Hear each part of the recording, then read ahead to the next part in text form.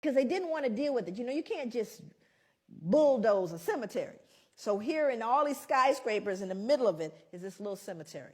And there are slaves in that cemetery.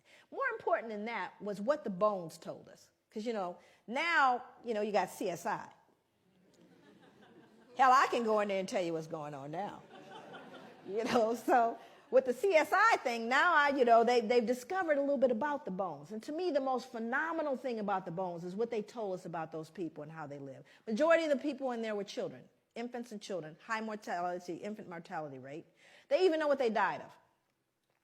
Died of malnutrition and starvation, because they could tell by the rotting of the teeth and the jawline. So even though they most likely grew food, they weren't allowed to eat it. And then they found something even more peculiar that speaks to this idea of why he believed we required less sleep. They would show a large frame man, and they would find an injury where the muscle actually detached itself from the bone as a result of exertion and not injury. Stay with me. It detaches itself from the bone as a result of exertion.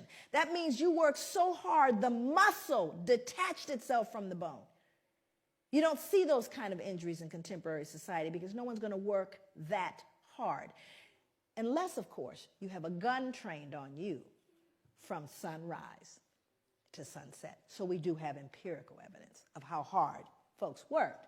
Then he went on to say that we were dumb, cowardly, and incapable of feeling grief. Why would Thomas Jefferson need to believe that? Why would he need to believe we didn't feel grief? What was he doing, do you think, that produced cognitive dissonance? You were killing people? Not only were you killing people, beating them, you were selling them, yes?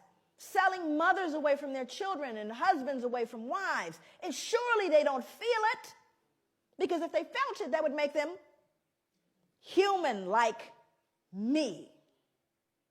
So I simply say, and you see, it's not even so much that he said it, but he was an important person.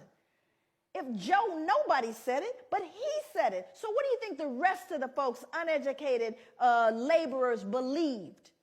Well, they don't feel grief, you know. After all, Thomas Jefferson says they don't.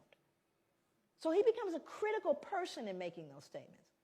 But you see, it was all to relieve and to settle the conscience that he died with.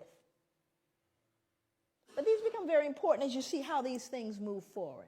Then there was J. Marion Sims. I won't spend a lot of time with him. He's another figure. You can Google him. There's a statue, actually, of him in Central Park.